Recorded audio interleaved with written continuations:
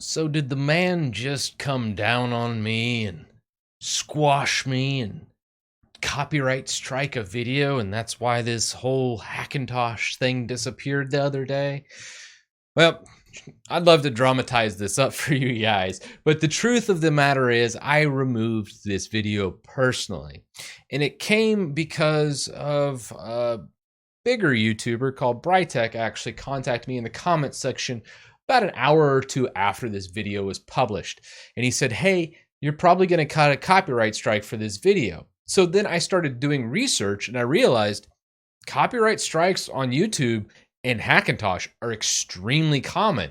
Now, some people go, well, that's not true. There's Hackintosh channels that have never been copyright striked. And here's one of the most popular channels. They actually commented on my community post. So a shout out to them. Wonderful, wonderful channel. I've actually watched several tutorial videos. So if you're into Hackintosh, definitely check out this channel. But what she basically was saying here was she's already been copyright striked twice, which is extremely scary. If you're not aware, if you get 3 copyright strikes in about a 6-month period of time, your channel will be deleted and you lose everything. So the fact she's already had 2 and she's still covering Hackintosh just shows how almost fearless she is, but also her commitment to the Hackintosh community, which is amazing. I wanted to kind of go over my video, why I deleted it.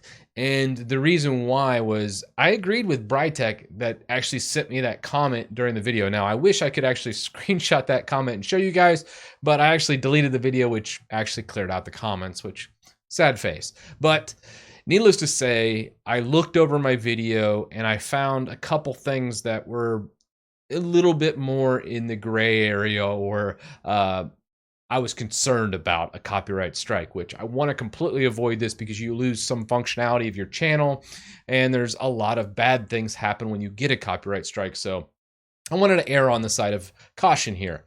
Also, most people know me, I'm a Linux channel. That's my main focus, is Linux. I'll also do some Windows tips and occasionally I'll dive into the Mac realm, but by no means is this my main thing. And that's why I was like, hey, better safe than sorry. So what exactly about this video? Because many people have pointed out that Linus Tech Tips has made a Hackintosh video and hasn't been copyrighted striked for it. So this is where one feature I find in almost every Hackintosh video when you're going over how to install and make a Hackintosh. Now, I wanted to show it from both a Linux and Windows perspective without a Mac being present in the first part of the video. Now, the problem with this is, well, you can't physically download the installation media directly from Apple when you are using Windows or Linux to start with. This is a major problem, and I think this is where a lot of the copyright strikes come from. It's obviously done quite often in the Hackintosh community, but it's very frowned upon because, well, consider this from a Windows perspective. It'd be like downloading Windows from another source, which is almost piracy. I think this is how Apple looks at Mac and thinks of it as piracy or copyright infringement.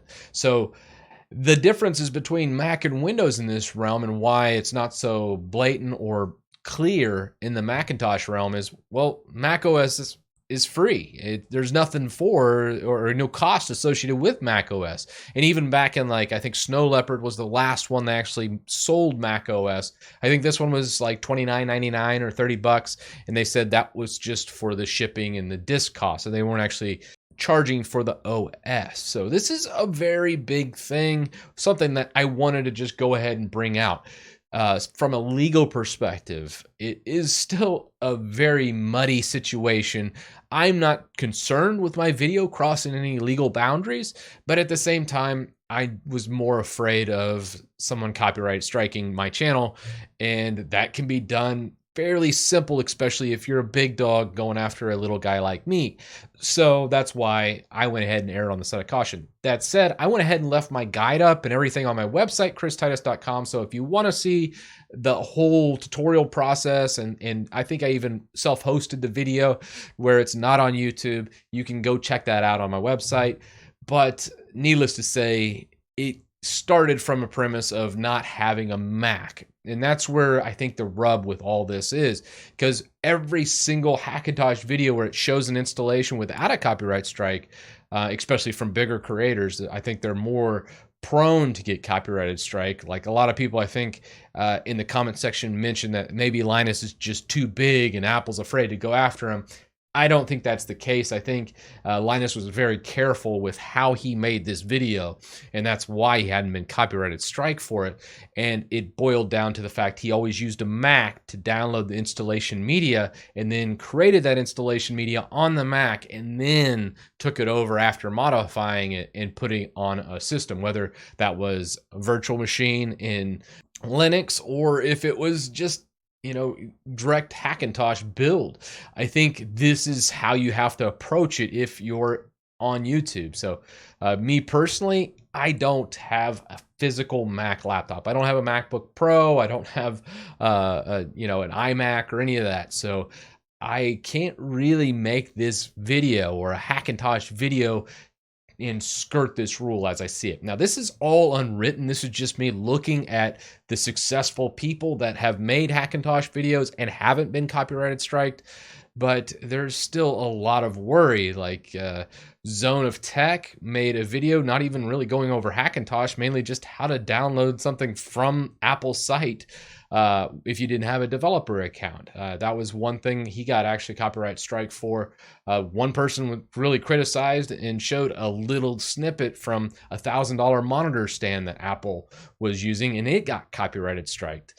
And needless to say, there's a company that Apple has deployed called CIIA, and they've been doing a lot of these copyright strikes. So from a content creator standpoint or a YouTuber, I would have to say it just doesn't make much sense for me to do Hackintosh content unless I physically went out, bought a Mac, had it as the main showcase. And spoiler alert, I think that's a waste of money and a waste of my time. So I'm not going to do that. And as such, that's probably going to end my career with Mac.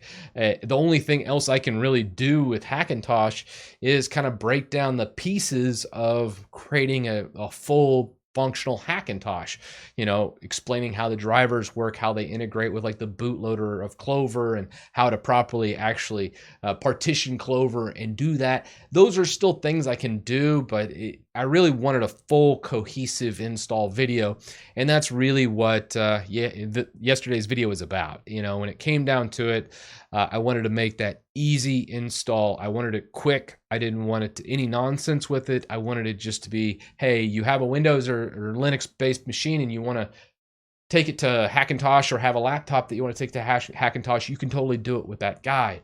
One last final thought here. A lot of people were shooting shade at YouTube, and it's because YouTube's the big dog. They have a really good content ID system as far as identifying stuff, demonetizing it when it needed, which I don't care about that. I mean, I totally get some people really getting upset, but I think when you build up a business, you would never build it around AdSense. So whether or not a video would be demonetized or not, I don't think really matters too much to most people on YouTube. And then the copyright strike is a far bigger thing, because that affects my ability to communicate to you. And that's what YouTube's for. That's what I see it for. There's a ton of people. It's the most popular video platform. I use it to talk to you. And that's why I use YouTube. And that's extremely important that people know that. I think too many people think of YouTube and look at AdSense and all this other nonsense.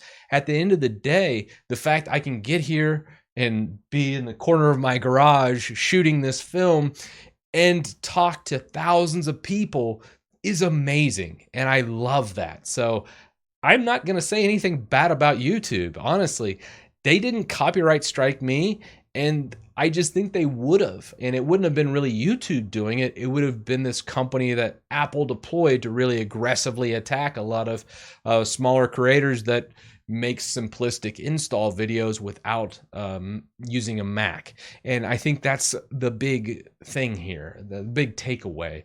I wish It was different than this, and I wish Apple was a little more lenient with how they did it, or make a little official statement of why they keep copywriting and striking a lot of YouTubers. But with all that said, this video has dragged on far too long. Let me know your thoughts down in the comments section below. As always, thank you to all my patrons. You are the reason I'm able to do this almost every day.